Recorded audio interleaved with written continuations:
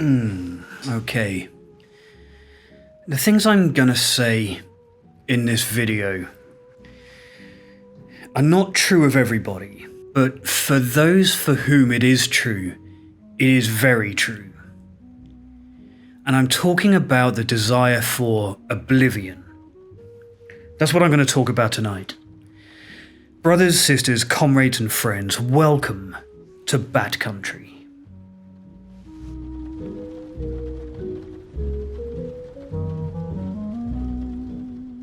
This is a very hard thing to try to explain to non-alcoholics or to even different kinds of alcoholics. Not everybody understands what it means when I say something like, for me, the alcoholism was never about the alcohol.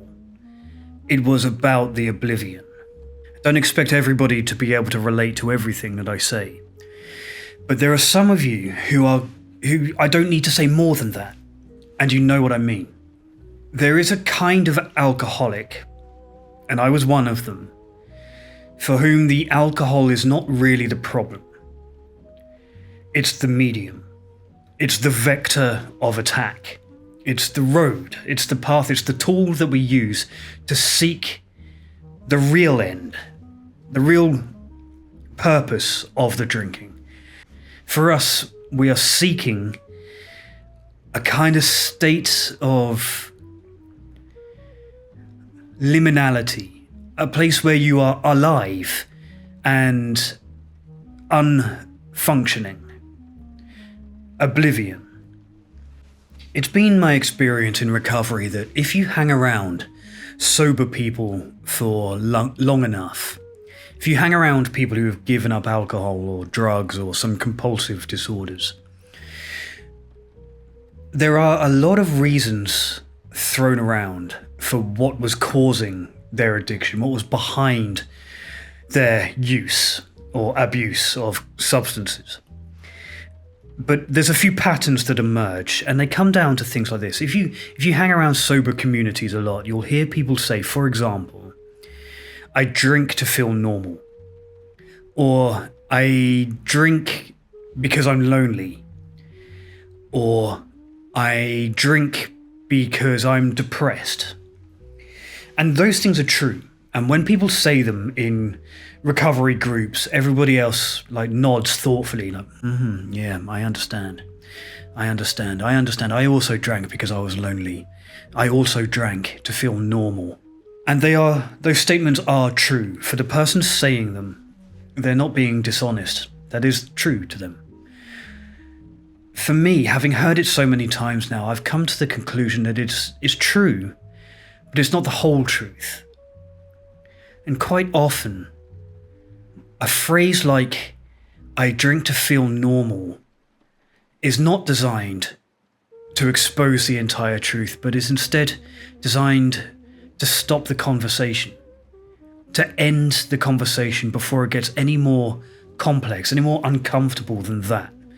When I hear somebody say that, I drink to feel normal, as an example, I know that they're telling the truth, however, they're also holding back.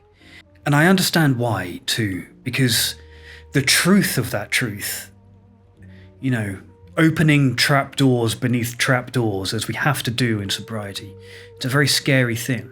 And it's much easier to say to a group of people, I drink to feel normal, and have everybody go, yeah, I understand, than it is to interrogate why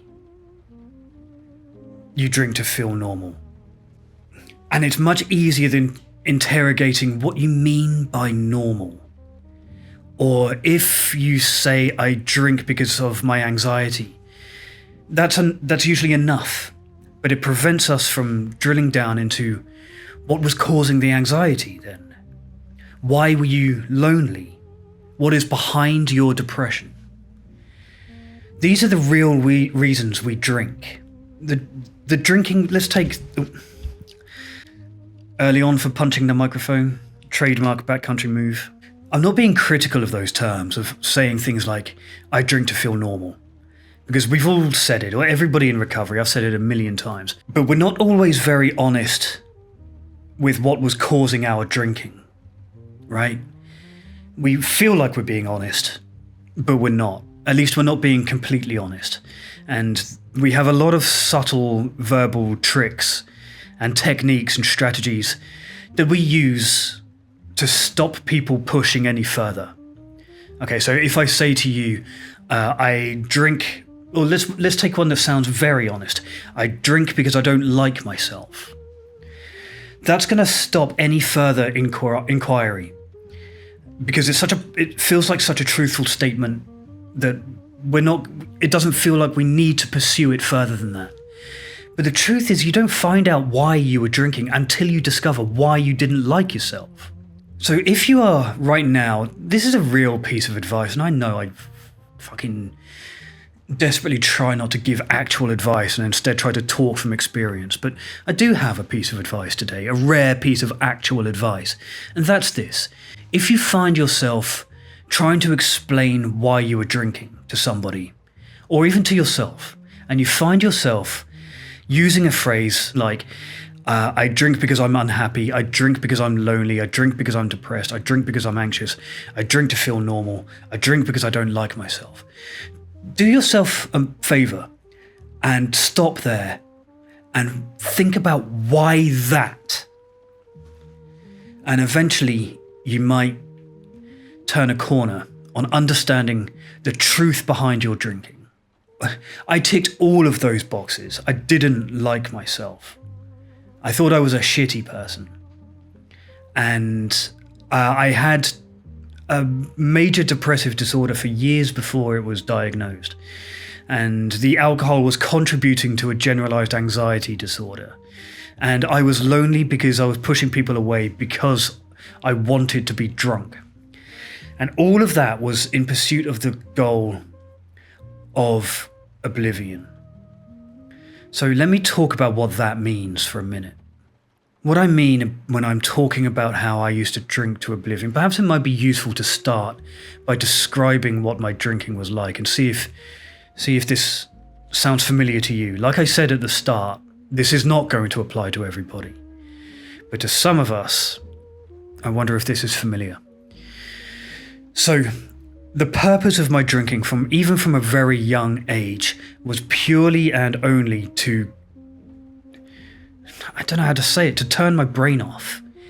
It was not to socialize. It was not to get laid or make sexual encounters more easy, although it did do that. That was not the purpose of it. The purpose was to be unthinking. It was to be completely unfeeling. It was to be immune to the world around me, to responsibilities and obligations. It was to exist barely. That's what I wanted. The alcohol for me was a little bit like life support, where everything important, all of my motor functions and my cognitive abilities were shut down, but I was still alive. And I think it's because I was too cowardly to take my own life, like actively, but instead was using the alcohol as a kind of hammer to slowly give me concussion, to concussion myself to sleep and eventually ease myself into death. What I think I'm trying to say is that my alcohol was a product of such discomfort in my own body and in my own mind that I wanted to turn it off. At the risk of sounding melodramatic, I wanted to not be alive, but I didn't want to die. Such is the conundrum of a mentally ill, depressive alcoholic, I suppose. But that's the truth of it, is that I wanted to not exist and have to deal with grown-up problems and interface with the world in any kind of healthy and normal way. But I also didn't want to die. And to that end, some of you who've been with the channel for a long time have heard this before, but there's some new people that it might be worth kind of reviewing very quickly what my drinking was like at the end. Just really briefly, I promise.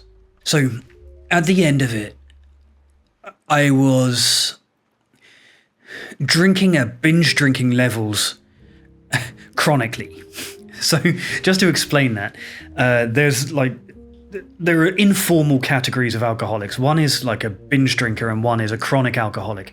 A chronic alcoholic is the kind of person who drinks constantly and has withdrawal symptoms when they wake up and needs to drink in order to live and to function and stuff. Whereas a binge drinker drinks extremely excessive amounts of alcohol in very short periods of time, briefly, like a few days or a week or whatever. But I was crossing the boundary. So I was drinking binge drinking levels of alcohol chronically, every single day, at levels that would put anybody else in the hospital. So I was drinking up to the point of alcohol poisoning every day. And for me, when I was at this stage, I was 37 years old. I was 186 centimeters tall, and my body weight was about 90 kilograms or something. So a relatively substantial person, not huge, not tiny, but like quite a healthy body, and I'd been quite fit and stuff. And with those measurements, I was consuming a litre and a half of vodka every day. And I know that because my drinking pattern was to wake up with about a third of a bottle of vodka, a third of a litre bottle of vodka left in the bottle. Then I would drink that to sober myself up enough to go out and buy 2 litre bottles. I would drink 1 whole litre bottle, and then I would drink a section of the next bottle, so that the next day when I regained consciousness again, I could carry on drinking, then go out, buy 2 more, and so on and so forth. And that was my drinking. And it wasn't always vodka. Sometimes it was whiskey or gin. Or occasionally, very rarely, it would be something weird like ouzo or, something punishing, something aniseedy, just for variety, I suppose. All the cheapest stuff, nothing glamorous. I'm not exactly drinking, Grey Goose. Usually it was just unbranded. Like the kind of vodka I was drinking was like a litre bottle of vodka with a label that just said vodka. It's that kind of thing. Whiskey,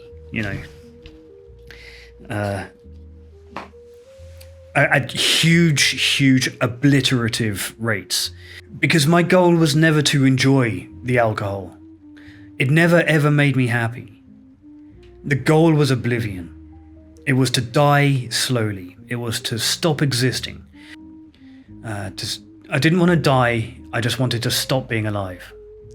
And I wanted to repeat it and drag it out. And I wanted to suffer, because I hated myself. So where did all of that come from? Because I was a relatively normal kid with a relatively normal home life. I had no great trauma, no great loss, no great grief when I was growing up. I was neither bullied nor popular. It was, the kinds of terrible things I hear from other addicts, they never happened to me. I was a relatively normal kid, very socially awkward. But what I was from a young age was in my own head a lot. Like a very, very introverted kid who felt forced to be extroverted in order to fit in and make friends and stuff. I wanted really to be alone and to be left alone.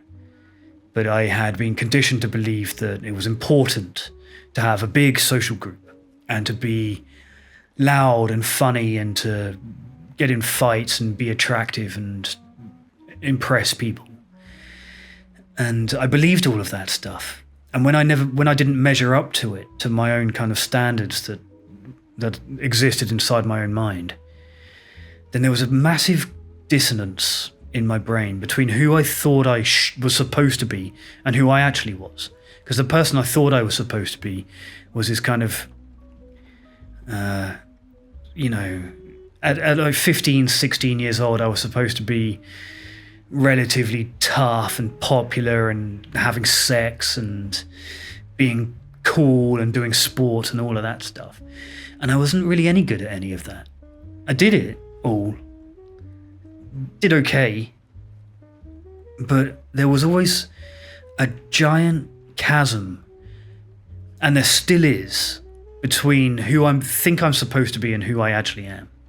And there was a lot of pressure back then, and still today, on young people, not just to be popular, but to go out and do things, to go and party, and to go and be sociable. And I found myself not being very good at that. I found myself very good at pretending to be good at it. I pretended so well that I'm still good at pretending it now. And I can come across very charismatic and charming and confident when I'm not any of those things. That's all a defense. I didn't like the parties and the socialization. I wanted to be left alone. I still now. This is why I think a lot of alcoholics, particularly alcoholic men in my experience, even when they get sober, they still have fantasies about living in like wooden huts in the forest, away from everyone, away from civilization, or with access to a river to fish in, and they have an axe that has a name. They've named their axe like Julie or something like that, and they live alone and they're self-sufficient. And I have that too. And I think it's because a lot of us have followed the same path without realizing it. The whole time we wanted to be alone, and we were repeatedly forced and told that that was weird, or that it's not right to want to be left alone. And in order to overcome that, we force ourselves into social molds that just don't suit us. It's not just men, I should say. I'm now talking much more broadly. Men, women, and non-binary people, I think, can all relate to this in one way or another. Because what I'm talking about is absolutely universal. It's about not fitting the identity you're told to have, not being the person you think you're supposed to be, having a complete and profound, nerve-shredding feeling of imposter syndrome all the time. And that's why a lot of us turn to drink and then follow a certain path, which is that we drink to cover the gaps in our social mask, or to ease the kind of internal conflict of our own identities. There are a lot of military people in my audience. I know that from the amount of messages I discreetly get from people in active service who tell me that, who first of all complain that drinking culture in the military is very extreme, which it is. But then they say they seem to have it more extreme than everybody else. And my position on that is that it's because the military has a reputation for demanding that you be tough and cold and firm and stoic, when in fact people join the military for all sorts of reasons. Not everybody is a natural born killer who will gravitate towards that career. Some people go in because they don't have much else to do, or they quite honourably believe it to be the right thing to do. But that doesn't mean that you're a cold-hearted killer. And some people discover in their course of being toughened up in the military that they're actually very sensitive people. And then they have a problem, because there is an identity conflict there that will break them in the end, and such ready access to alcohol.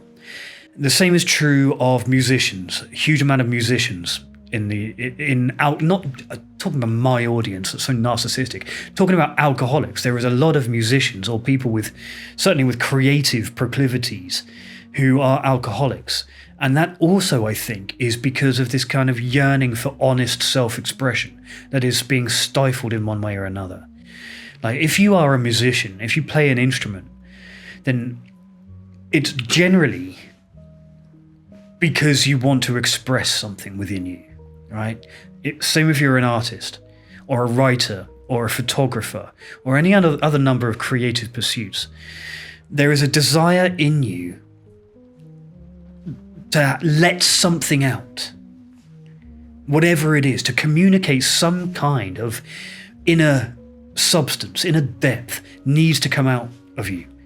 And that desire, that kind of longing to allow depth to emerge is also a kind of conflict. And that's where I find myself, is that some of us have this in common, but some of us have it to such extremes that our desire becomes to try to shut it all out. And that was the goal of my drinking. That was why I drank. It's because to me, the appeal of the oblivion, the mindlessness, the deliberate unthinkingness, that was peace. That was more appealing than dealing with my responsibilities and facing my problems. Of course, oblivion is a false economy, because in general, 99 times out of 100, until you get that one unlucky time, you're going to wake up. And all of those responsibilities and obligations and all of that pain that you've been pushing away, it's still there. In fact, because you've been pushing it away for so long, it's worse. The pressure on you is higher because you've been retreating into oblivion for so long. And that's what happened to me. Was I spent so many years. Maybe I need to clarify. You know what oblivion is? Oblivion to me is not like an abyss in the ocean. The way that it is visualized to me when I say that is a pure black sphere. Just dense. I can see it. I see it hanging in space. I can see the weight of it, the weight of oblivion bending space-time. I can see it. That's whenever I say oblivion, that is what I see. I see the giant, dense, black, infinitely black ball just sitting in three-dimensional space and bending time and light around it. That to me is oblivion, because once you're in the center of that, once you are the center of mass of the oblivion, which is exactly where I wanted to be, then there is nothing that can affect you. It's all happening beyond your ability to recognize. That when I was lying in bed, in my piss-soaked, vomit-stained bed, with my arm around a half-finished bottle of vodka, in the same clothes that I'd been wearing for 6 days, that was oblivion. That's what I wanted. And it must sound so alien to you if you're not an alcoholic of this type, or if you're not an alcoholic at all. It must sound so bizarre to consider that that was what I wanted. That nothingness, that abject nothingness was the pursuit. That is what I was pursuing. I chose that over and over again, rather than choosing to be alive and to be interacting and solving problems and moving around. I wanted to shut everything out and collapse in on myself like a dying star. Like I said, not everybody is the same. And not everybody is drinking to that end. And if that's not you, that's fine. In fact, I think the majority of you watching this are not like this. This can only be a fraction of people. Well, thank you very much for watching. If you'd like more backcountry content, please do head over to patreon.com/backcountrysober. Like and subscribe and leave your thoughts in the comments. As always, thank you for watching and good luck out there.